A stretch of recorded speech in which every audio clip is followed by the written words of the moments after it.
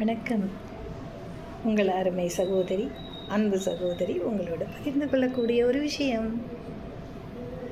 நம்முடைய வாழ்க்கை ஒரு கேமரா மாதிரி. ஏன் அப்படி சொல்கிறேன்? ஏதாவது ஒரு காரணம் இருக்குங்க. அதனால் நீங்கள் என்ன பண்ணுவீங்க, focus on what is important. உனக்கு எது முதன்மையாக தெரிகிறதோ, முக்கியமாக தெரிகிறதோ அதை முதல்ல நீ ஃபோக்கஸ் பண்ணு. அடுத்தது என்ன? Capture good times. கேமராவில் அழகழகான இடங்களை தானே நம்ம ஃபோட்டோ எடுப்போம். அதே மாதிரி capture good times. Develop from negatives. அதை என்ன பண்ணுவோம்? நெகட்டிவ்லேருந்து தான் டெவலப் பண்ணுறோம் இல்லையா? அடுத்தது என்ன? And if things don't work out, நம்ம செஞ்சது சரியாக இல்லைன்னு வச்சுக்கேன், டேக் அனதர் ஷாட். இன்னும் ஒரு ஷாட் எடுத்துக்க. எவ்வளோ அழகாக சொல்கிறேன் பாரு.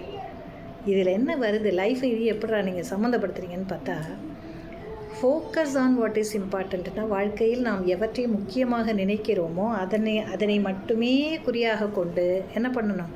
அதை பிடிச்சிக்கணும். நம்முடைய நல்ல நேரங்கள் அனைத்தையுமே அப்படியே அழகாக என்ன பண்ணணும்? படம் பிடித்து கொள்ள வேண்டும்.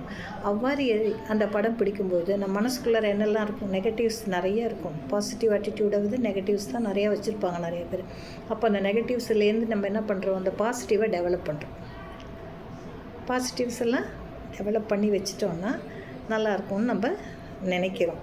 அதான் உண்மை. ஆனால் நம்ம நினைக்கிறது சில சமயம் தவறாக போயிடுச்சு.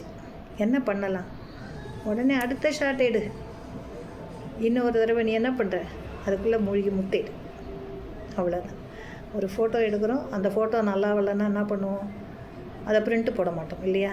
இன்னொரு ஃபோட்டோ தானே எடுப்போம். அதே மாதிரி தான் வாழ்க்கையில் சில விஷயங்கள் நமக்கு முக்கியமாக தெரியுதுன்னு நினச்சிக்கிட்டு நம்ம என்ன பண்ணுவோம்? அதில் கவனத்தை செலுத்துவோம். அது சரியில்லை என்று தெரியும் பொழுது உடனடியாக நம்முடைய எண்ணங்களை மாற்றி புதியதொரு படத்தை பிடித்து கொள்ள வேண்டும், கேமரா மாதிரி.